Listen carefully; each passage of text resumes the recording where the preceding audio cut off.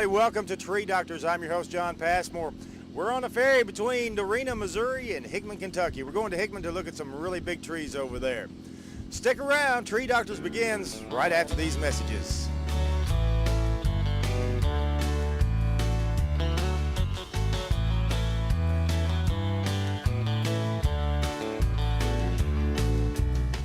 The tree doctors at Dickey Tree Service can inject a zap back in your tree's sap.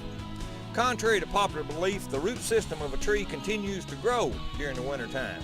It takes on your minerals and your nutrients and your moisture from the ground in the wintertime, as well as throughout the year. Now we are treating this tree with a soil injection method behind me, and you're going to see more and more of that. We've leaned to that more so than the trunk injection simply because it's got a longer residual, and we can add 7 or 8 different chemicals in with our systemic insecticide. We put a vitamin, we put 68 different minerals, we put an enhancer to create new feeder root growth. We put some enzymes in there that makes the tree come out healthier and greener in the spring. So the photosynthesis will help the nature continue the cycle of growing properly. That's what we do. We're the tree doctors. We know how to take care of your tree, and this is our 36th year, and I think we wouldn't have been doing it this long if we didn't know what we were doing. We put the zap back in your tree sap.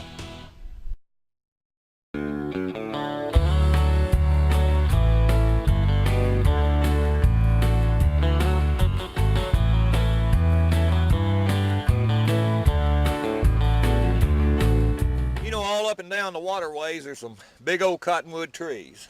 You know, they require, just like a cypress, they require quite a bit of water. But this one's a big one.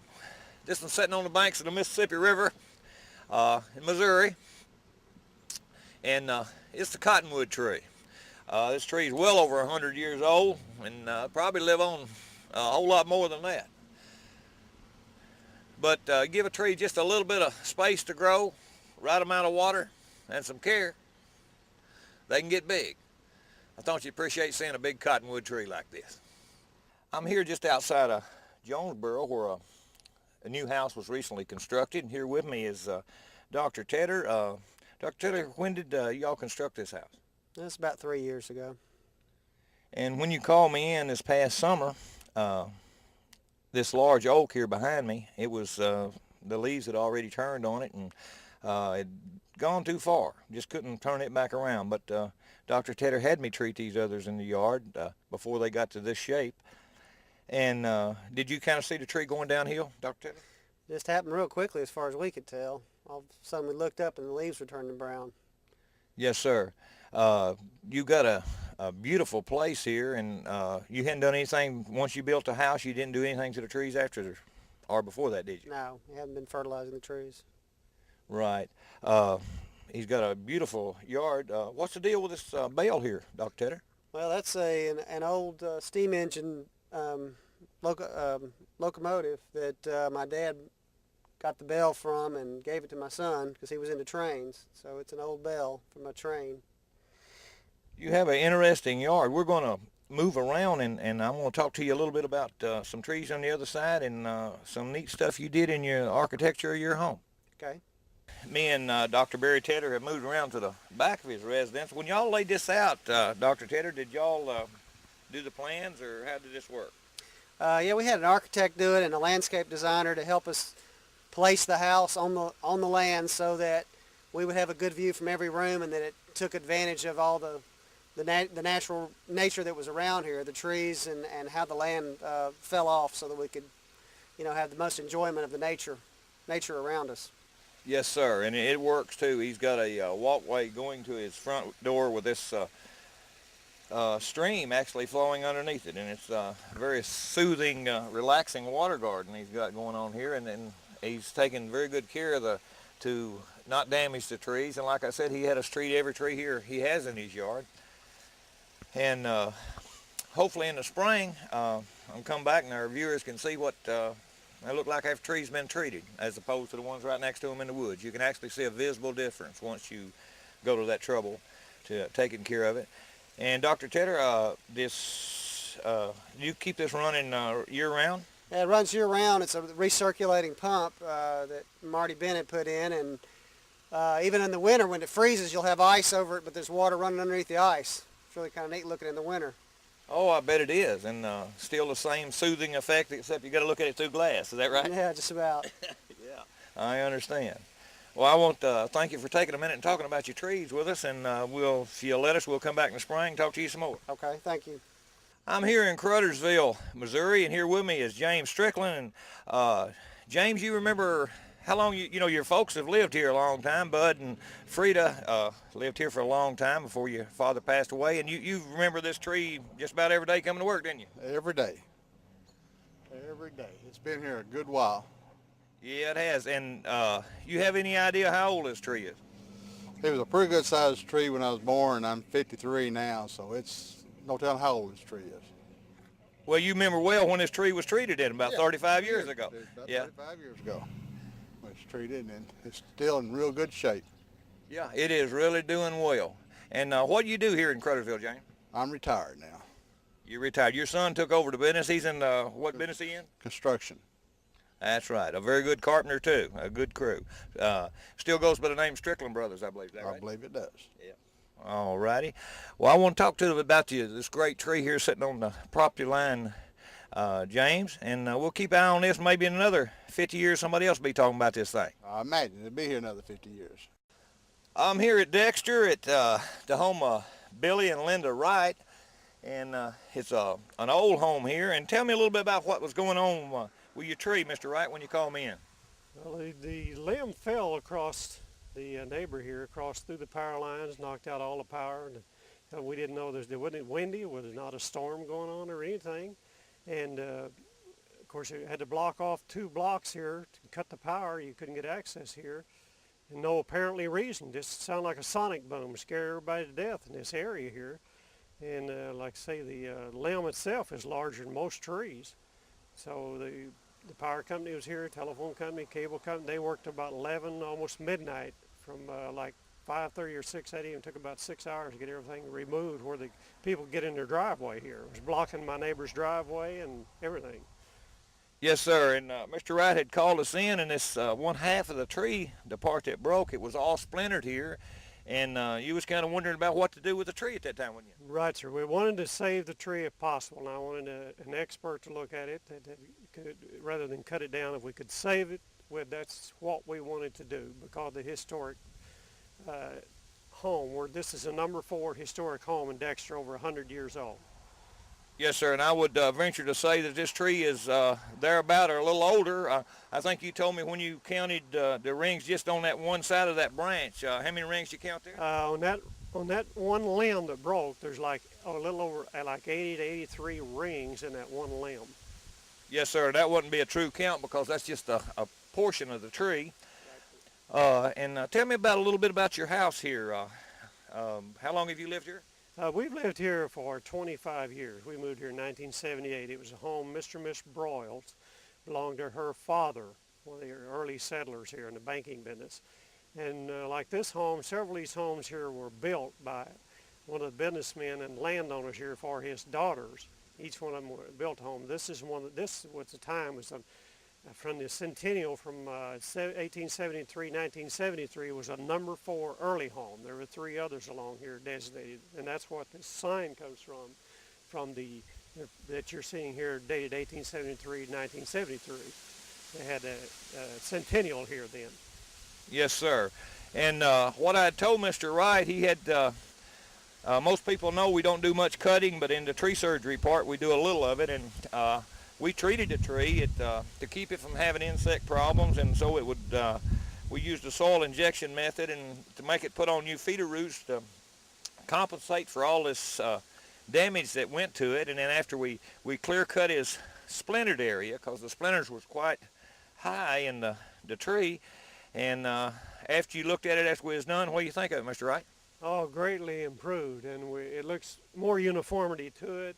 And I have confidence that now that hopefully that it will live and be enjoyed by other future generations, and hope that it'll be here for many more years. There's about 4 of these same trees on this property, and we didn't want to lose it. And I thank the Dickey Tree Service. I thank you guys for saving this thing. It looks like I have much more confidence now that it'll make it. Yes, sir, and I'm just tickled you let us be involved in saving it, because if you'd have cut it down, it would be greatly missed. It's set up with the property uniformly, and back years ago, our forefathers, when they planted trees and set them out, they actually had it in mind to shade the property and take care of them, because you got to remember, they didn't have air conditioning in those days when they were invented. So trees was important when they put them out, and they were strategically placed in yards, and he still has some of the strategically placed trees around this place. So I thank you for taking a minute and talking to me, Mr. Wright. It's good, Mr. Dickey, and I thank you and your company. Boy, it's a big old oak tree. This is the first oak tree. In fact, it's the very first tree ever treated well over 30 years ago. And at the time that I treated it, this was a driveway in here. And it had to be removed. And you can see where the roots have grown over the part that was left. And tree's doing well. Hadn't had much work done on it since then, since it was treated at one time. A little bit of follow-up stuff after that, trunk spraying and stuff, and keeping the dead wood out as far as that goes. But basically, that's all that's been done to it. So what I'm trying to say, if you do get a tree back on track, you don't have to do a whole lot to it. Just a little bit of maintenance goes a long ways. And this tree is just standing here trying to crowd out everything, wanting room to grow. And if you give them a little room to grow, a little water, a little care, it'll go a long ways. I'm here in Dexter, and while I was here, I stopped off to see Wayne Jean here. He's head of the tree board that they have here in Dexter. And Wayne, you had a question for me. What was that? Well, we've had some citizens in the community that have talked about the size of some of these trees and how they get in the way of some of the cars and the vehicles. And so we're wanting to know, what do we need to do as far as trimming? How do we go about trimming some of these trees? Where do you cut on here? When is the best time to prune? So that's what we're asking you. Right, and my answer to that is if it's a complete round over and you've got a restricted situation, growing situation like you're doing here in town. Now this doesn't apply to a yard tree, but in a town tree, when it's restricted like this one behind me is, the best thing to do is wait until it's dormant, the leaves are off, it will get into the fall of the year. And when they do the pruning, you can see this is what we call a lateral branch, another branch right here that's coming off the main leader. You can actually, after cutting these two here, your final cut would be right here. What you're doing, you're shortening that overall size of the tree and leaving a lateral to take over in the spring. And if every cut is made with that in mind, with a lateral left, then your tree will sustain the harsh pruning a whole lot easier. It'll shorten it. In the case of this one right here, it's sticking out too far for easeability around it, and it's starting to get in the way of traffic. So this one would be cut, and I'll show shortly with a saw how to make a proper cut there. You've got a couple of other low ones here that's going right over the small pine there growing. You could take those off. So what you're doing is you're shortening the overall size. Here's another branch here, and sometimes you might find it harder to find a lateral, but you'll notice right here you've got one to take over. This could actually be final cut right here, and this lateral would take over. In this case here, you've got one protruding out that way. That would be too far to go, so you've got another lateral right immediately behind it. Okay. So it's a shortening. Now if people think that's too severe, you can move on out and use other laterals further out and do a milder pruning, which I'm more inclined to do than the quick fix like a lot of people do. It takes a long time to replace all that growth you got there, where if you just went 2 more feet out and it takes several more cuts to your lateral places, you'll still have a pretty tree, but a quick fix would be here, but the proper fix would be out here a little further. Neither way is wrong in a growing restriction situation. These trees should have been done a little bit last year, a little bit more this year, in stages, Mr. Jean. But your tree board is on top of this, and I think you say the pruning's coming up real near. Early December, we're going to go ahead. The city's going to work with us. They've got a bucket truck, and we're going to make some cuts on some of the trees, yes.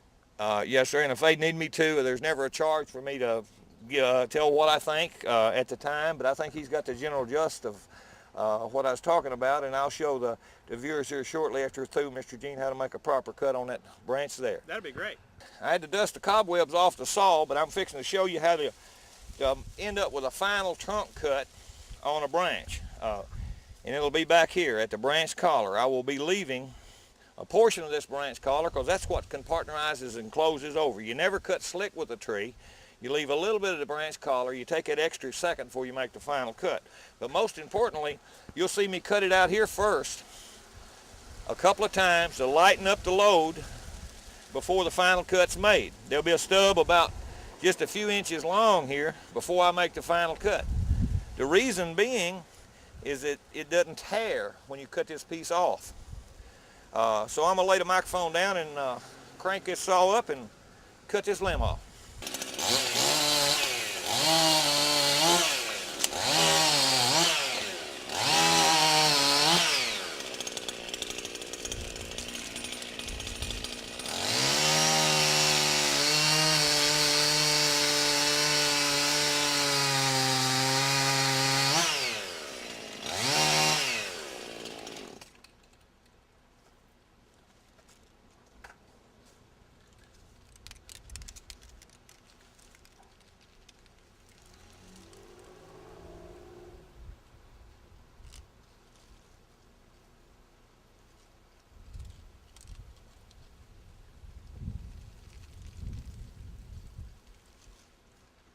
What you just saw me did was cut that branch several times so it wouldn't be heavy when I cut it loose from the trunk.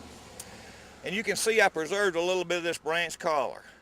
Now the only reason I use that paint in the end is it's where it's planted right here next in front of this business is cosmetic reasons only. That's a camouflage paint. It's an aerosol, a thin spray. It won't hamper the closure. Moisture can't get behind it and cause a rot, which is what happens with a lot of paint. And it's just to take what we call the white eye look from it. It's a temporary thing. The coloration of the wood will finally change and look just like the rest of the trunk. So until Mother Nature lets that happen, we put a little paint on it and stop that. So if you go to cut a limb, take that extra second on that final cut. Your tree will be glad you did. This is a log from the original big oak tree here at Big Oak Tree State Park in Missouri. Dates back almost 450 years old when it died in 1954. We'll be back with more on Tree Doctors right after these messages.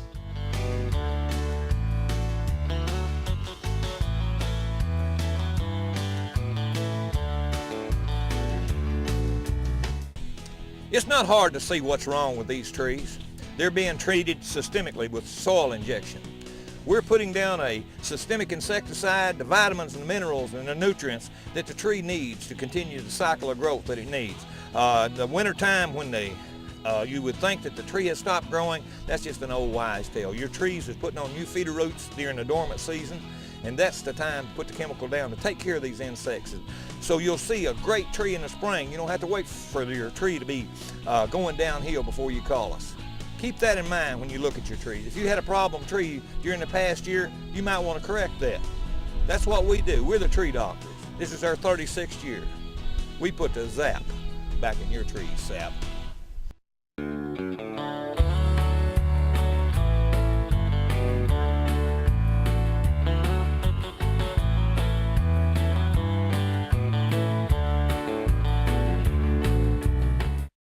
We're here at Big Oak State Park. That's in Missouri, right in between East Prairie and New Madrid. And this is a state champion bur oak. It's almost 150 foot tall, magnificent tree. Measures a little better than 17.5 foot around. And it's an old one. This whole park has, I think they've got still 5 or 6 of the state champions right here in this one place. If you want to look for state champion trees, they got a wonderful nature walk through it. A well-maintained park. It's something if you get a little bit of time to stop off and you want to see some old, magnificent virgin timber that's not been cut over and some state champion trees, this would be the place to do it. But this is a bur oak, and it's a big one. I'm here just outside of Paragould, and here with me is Alan Aimley. And Alan, we're on some property you own just right outside of town here. What made you call me in? Well, we had some trees that were having some borer problems, and we just didn't want to lose those trees. We wanted to try to preserve them. We thought a little preventive maintenance would go a long way. Yes, sir. Alan, is a dentist here in Paragould, and I did some trees up at his office. He brought me out here and he showed me this nice piece of property he has here, and there's a little history behind this property too, isn't there, Alan? That's right. We got to looking at some of the abstracts, and apparently at the turn of the century they had a horse track out here. There was a racetrack where people would race horses, and there's a natural spring on the property where they used to water the horses after the races. Right. Well, that's pretty cool that over 100 years ago there were probably all kind of stuff going on about this time of year right up here right now because they had the natural spring to water the horses. But back to your trees, part of what we did here for Alan is he wants to develop this and not sure exactly what he wanted to do, but if correct me if I'm speaking incorrectly, Alan, but he wanted to preserve as many of the trees as he possibly could. Would that be right? That's correct. Seems like a lot of times when people come in and develop pieces of property, they really don't give a lot of regard to the trees. And these trees have been here for a long, long time, and we'd like to see them preserved for as long as possible. Yes, sir. And what we did for Alan, we treated all of his hardwoods, and you can see the marking on the tree behind us here. And it's an elm tree, and it's a sizable tree, but if the camera will show right above, up a little bit, it's got a severe bust there, and the ice storm kind of did a number on it, and I recommended this tree didn't get treated, by the way. I recommended to Alan that he remove this tree because immediately behind it is a nice hardwood. There's an oak there, and it'll give that oak and his cedars room to grow in the future for his future development, and he won't have to go to the expense of trying to bolt that back together or save that elm. So he's trying to keep the best possible trees that he can. And how many acres you have here, Alan? We've got about 7.5 acres. And you've been a dentist here in Paragould how long? Almost 20 years, Ted. Almost 20 years. You don't look that old. We'll go over to the horse track watering trough and stuff and some other trees, and we'll pick it up there. Alan, here's this little wood cover on this natural spring we talked about a little earlier on the show. Is this still active and still working? Sure is, Ed. You can see how the water is coming on the back side of this and going out toward that cistern over there. So we've still got an active spring here. So well over 100 years this has been going on, and it's still could be utilized today as far as that goes, and that might be in your future plans too, reckon? Well, we certainly want to preserve what's here. I don't want to do anything that might disrupt that spring. There you go, yeah. And it's got a nice little safety barrier so someone can't walk through here and get hurt until he figures out what he's going to do with it. You can kind of see in the background where we're flagging some of these unwanted trees for Alan, and he can live with that a little while with the flagging. And I tell people to go out about breast height, tie your ribbon around some of these trees you're thinking about cutting.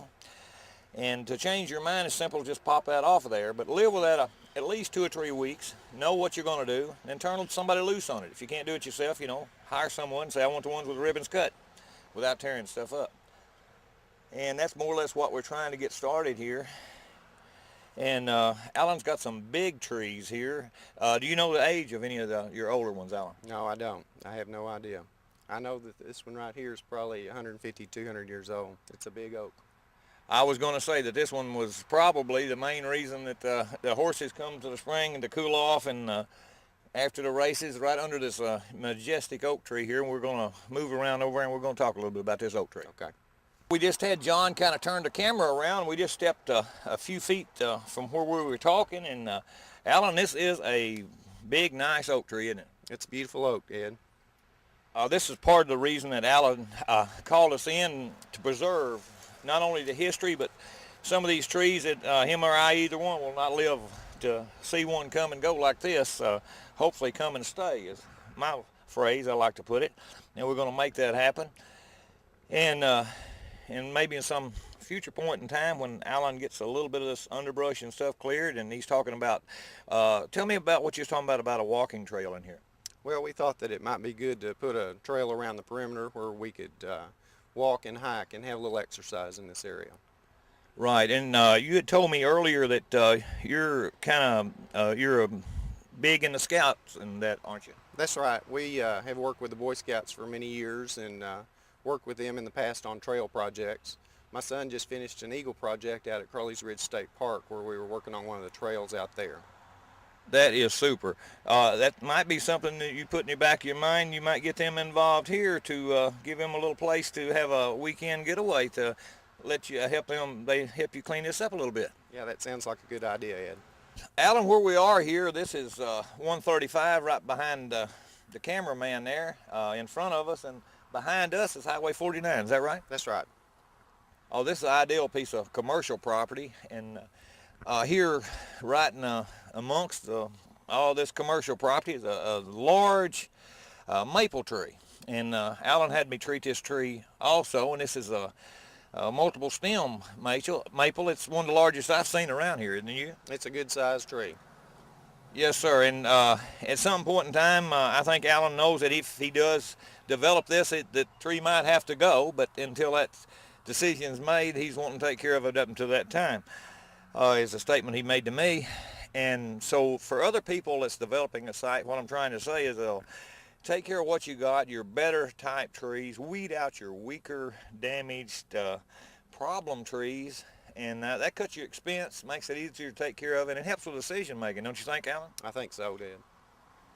And if Alan will let us, when he cleans this up a little bit more and kind of knows where he's going, we're going to visit back with him, and we'll show you a little bit about what he preserved, and I bet it'll surprise you how many of these trees he preserved. It'll be all right to come back, Alan? That'd be great. We'd love to have you back, Ed. Well, thanks for taking a minute and talking about your trees. Thank you. I'm here at Reelfoot Lake State Park at Reelfoot, Tennessee, and here behind me you can see the bald eagle that is doing well, and they've got some other owls and chicken hawks here, and as well as some great old trees. And you out running around, riding around looking for something to do, it's worth checking out. Reelfoot Lake. A lot of history here.